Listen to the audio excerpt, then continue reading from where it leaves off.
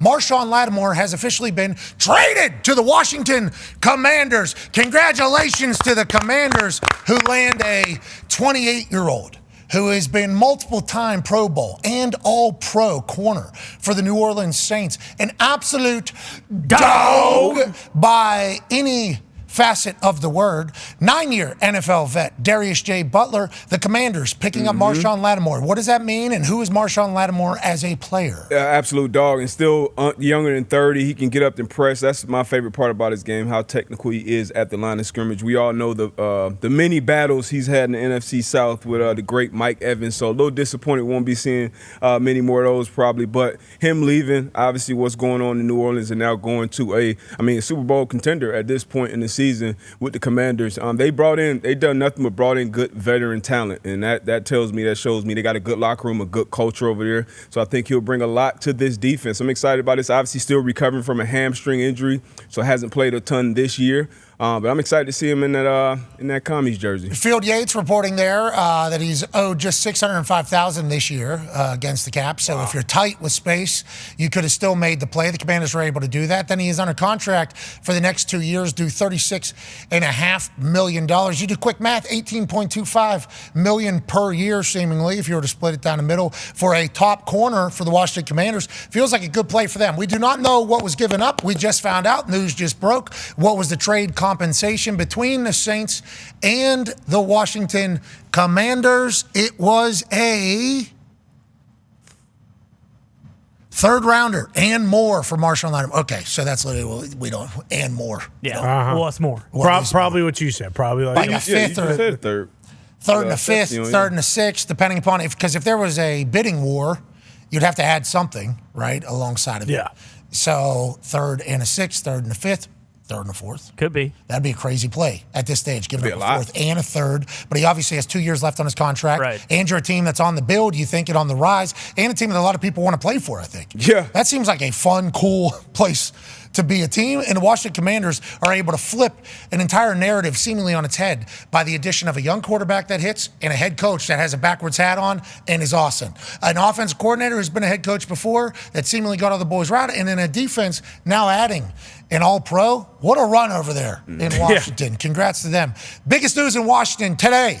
Without a doubt. Marshon Lattimore getting traded up there. Let's go to the top table at Boss Connor and Ty Schmidt. Big news in Washington, D.C. today. Yeah, and you said it, and Shefty reported, and who knows how true it is, but he said, what a world to be living in right now where players are going to their agents if they're potentially going to be traded, and they're saying, hey, I want to go play in Washington. I want to go play in Detroit. To think that would have been the case, 4 years ago, is crazy, but at this point, why wouldn't you? Weren't players saying they didn't want to go to New England this offseason? Yeah. And now people are saying they want to go to Washington. That's crazy. It was one guy, and turns out he didn't want to go anywhere, and that was Brendan Ayuk. But it is a pretty sweet, too, that, the entire city of D.C.'s all in just because they locked down the entire city for a lockdown corner. Yeah, for Marshon. Yeah. They said, we need to make this place look welcoming. Let's lock it down. And then he'll be like, this is a corner city. Marshon walks in. You know what? Lockdown Lattimore is here. Yeah. Can't have a parade. Obviously, everything is locked down. That's right. For me. Got boards up. Obviously, that's what I'm going to do to the entire NFC East. A.J. Brown. I'm locking them down. He can play left or right corner, so he can. Which is also big. It's good in Washington. Already top 5 passing defense when it comes to yards per game. I do worry. Which is wild. That hasn't happened in so long in Washington. No. Somebody that can play on left and right? Yeah, I don't think that has ever happened. Because normally you go... Or you go, don't move me. Right. You don't even look that way anymore. No. I think back in the day, maybe, people moseyed in and kind of, and then, all right, then kind of went back out. Now, I don't even know if they're moseying over there in D.C. They're I not. don't even know if they're moseying. Might have to pick a side because we saw what happened with Anthony Gonzalez because, he played on Anthony the Gonzalez outside. was a wide receiver. Yeah, but he played outside and inside, and people were like, hey, you got to pick one. No, well, that's the issue. He started out as a outside right. That's what I'm saying. And then he moved into the Went slot. inside. Yeah. And when he went inside, he went over the middle. And every once in a while, you go over the middle, you know what's going to happen. You're gonna get your There's a blasted. chance Yeah. you're going to get a bullseye on you. That's what happens in the game of football. You get older and smarter.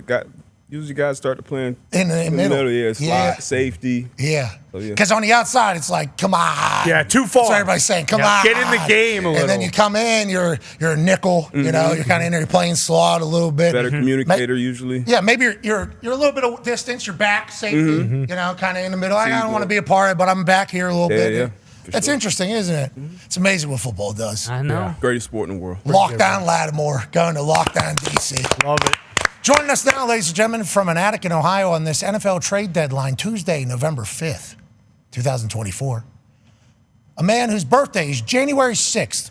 That's just his birthday. That's a piece of information. He's also a father of 10, a college football national champion, and a Super Bowl champion. Ladies and gentlemen, the all-time leading tackler for the Green Bay Packers, A.J. Hawk. Yeah, Hawk. Happy birthday, A.J. It's coming up.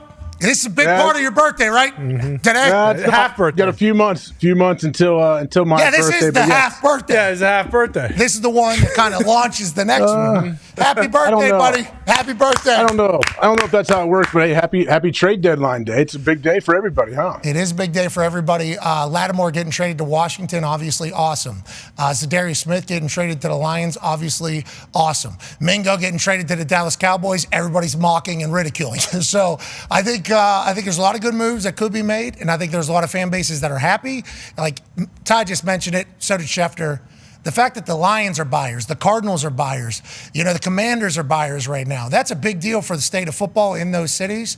But if you're a player getting traded, how do you feel about it? Because I think Zadarius, pumped seemingly. Yeah. Marshon Lattimore going to Washington, probably pumped. It's like, but your family's getting picked up and rerouted too as well. Yeah. How do you think these players feel about the move going from a loser to a winner? And how do you feel about everything else around trade deadline day, AJ? I mean, I would imagine it might be somewhat bittersweet, I guess. You have to move your family, everyone, like you have to uproot, depending on how many, if you have kids, everything in the school system, all of that is part of it, no question. But if you're going from a team that sucks and is not making the playoffs to a team that's a legit contender, which a lot of these big-time names are, you have to be pretty pumped about your football life and what your NFL career looks like. Obviously, all the off-the-field stuff is another thing to deal with. But, yeah, I think for football-wise, they got to be excited. Yeah, life gets better when you're winning.